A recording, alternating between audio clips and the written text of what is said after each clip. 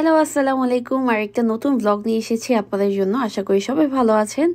Last ব্লগটা সবাই অনেক বেশি পছন্দ করেছেন, অনেক বেশি ভিউজ হয়েছে, বাট আমি আরও বেশি পছন্দ করবো আপনারা যদি কমেন্ট করে জানান আপনাদের কেমন লেগেছে। বাসা থেকে যখন গিয়েছিলাম হসপিটালে তখন তো 2জন গেলাম আর আসলাম হচ্ছে 3জন। ফিলিংসটাই ডিফারেন্ট। যাদের বাচ্চা আছে তারা নিশ্চয়ই আমার সিচুয়েশনটা বুঝতে পারবেন। তো পরদিন হচ্ছে আমাদের বেবির চেক আপের ডে ছিল। তো ওর প্রাইমারি কেয়ার ডক্টর সিলেক্ট করেছি, যেহেতু সব কিছু আমাদের জন্য নতুন, কোনো কিছুর আইডিয়া নেই। তো খুঁজে খুঁজে বের করলাম কোন ডক্টরটা বা কোথায় বাচ্চাকে দেখাবো। তো ওর হচ্ছে ফার্স্ট চেক আপ। এখানে ডক্টর ওর অ্যাগেন হাইট, ওয়েট এগুলো সবগুলো চেক করবে।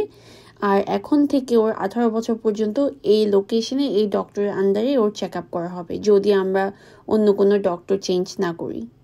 এই নিউবর্ন অবস্থায় সব বাচ্চাগুলোকে কোলে নিতে এত বেশি ভালো লাগে। ইউজুয়ালি আমার হাজবেন্ড বাচ্চা কোলে নিতে খুবই ভয় পেত। প্রথম যেদিন হয়েছে সেদিন ও বাচ্চাকে কোলেই নিতে পারছিল না। এই 5 দিনে ও একদম প্রো হয়ে গিয়েছে। আমার হাজবেন্ড তার জব থেকে 2 সপ্তাহের জন্য ছুটি নিল যেন ও আমাকে হেল্প করতে পারে। তো ও সর্বোচ্চ চেষ্টা করেছে আমাকে হেল্প করার জন্য। বাচ্চার কাপড় ওয়াশ করা হতে বাচ্চাকে ফিডিং করানো, সব কিছু যেখানে আমাকে প্রয়োজন সে কাজগুলো আমিই করছি। আর ছাড়া তো আমার ফ্যামিলি মেম্বার্সরা আছে হেল্প করার জন্য। আর এদিকে হচ্ছে আমি কোনো প্রথমবার নিউবর্নের নেল কাটছিলাম। আমার আম্মুকে বলেছিলাম, বাট আম্মু বলছিল আম্মুরও কাটতে খুব ভয় লাগে, তাই আমি সাহস করে কাটা স্টার্ট করেছি। ওর যখন 2 উইকস তখন ওকে একটু বাহিরে নিলাম, একটু রোদ লাগাবো ওর বডিতে।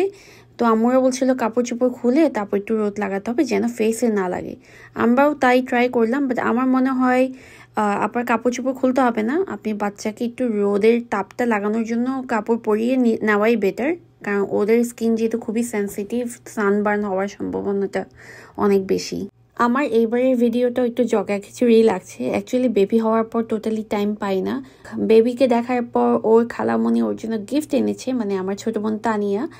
পোলো থেকে তার জন্য কিছু আউটফিট আনলো, কিছু হচ্ছে 3 মান্থ আর কিছু হচ্ছে 6 মান্থের। তো যেগুলো সময়ের সাথে সাথে ওকে যখন হয় তখনই পড়ানো স্টার্ট করবো। সবাই ওটার জন্য বসে আছে, বড় খেলা বাংলাদেশ থেকে দেখতেছে, সবাই দেখতেছে কিন্তু গুম। আমাদের এখন রীতিমতো ডিউটি হচ্ছে দেশ থেকে কল আসলেই ফার্স্টে বেবির ফেসটা যেন দেখিয়ে দিই।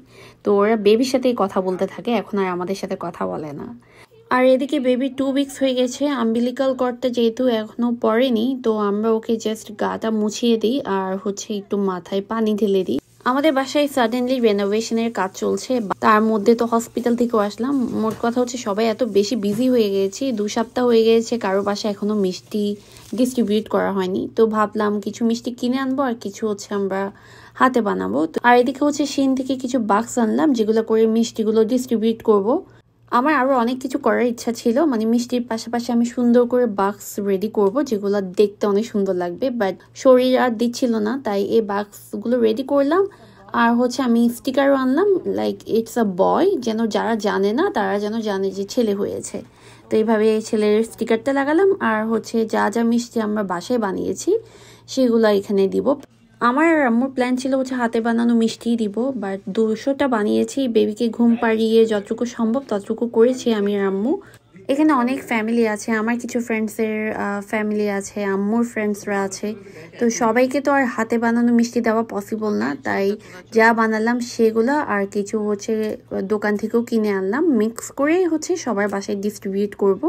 আর ডিস্ট্রিবিউট করতে যাবে হচ্ছে আমার হাজবেন্ড, আমার ভাই আর আম্মু। আর কিছু আব্বু ডিস্ট্রিবিউট করবে হচ্ছে মসজিদে।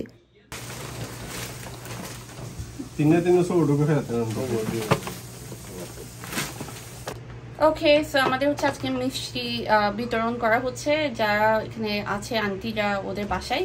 তো এখন যাবে রোমান আর আম্মু, এগুলা সবার বাসায় দিয়ে আসবে। কিছু আব্বু নিয়ে গিয়েছে মসজিদে দেওয়ার জন্য, আর কিছু হচ্ছে আম্মু আর রোমান নিবে। তো এখানে আমি হচ্ছে কিছু হোমমেড মিষ্টি আর কিছু হচ্ছে কিনা মিষ্টি যে বয়। সো সুন্দর করে বাক্সটা সেট আপ করলাম।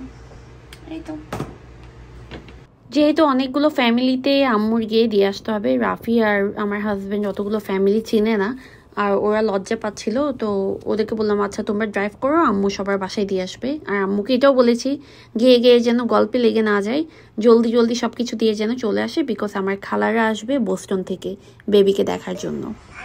এটা এটা হচ্ছে মামা, কালু খালা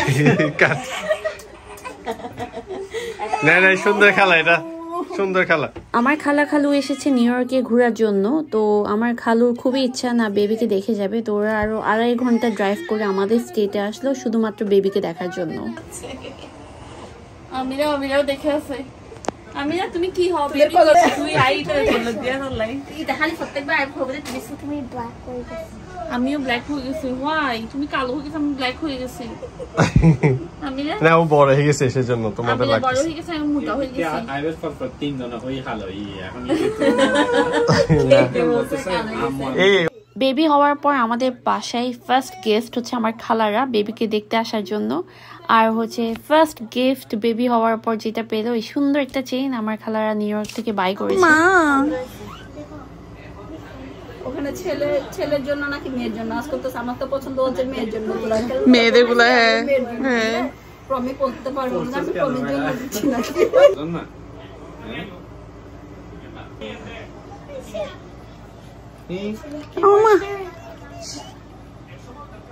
আমার ছোট ছোট কাজিন গুলো হচ্ছে খালার মামা হয়ে গেছে মানে প্রপার খালার মামা দেখেন কিভাবে বাচ্চাকে কোলে নেওয়ার জন্য বসে আছে আর ওরা বলছিল ওরা থেকে যাবে ওরা যাবে না বোস্টনে ওরা বেবি টেক কেয়ার করবে ও কালা আন্টিকে লাইক করে না এই আন্টিকে লাইক করে না কালা আন্টি না করবে লাইক করে ও দেখছো এই কালা আন্টি রিল্যাক্স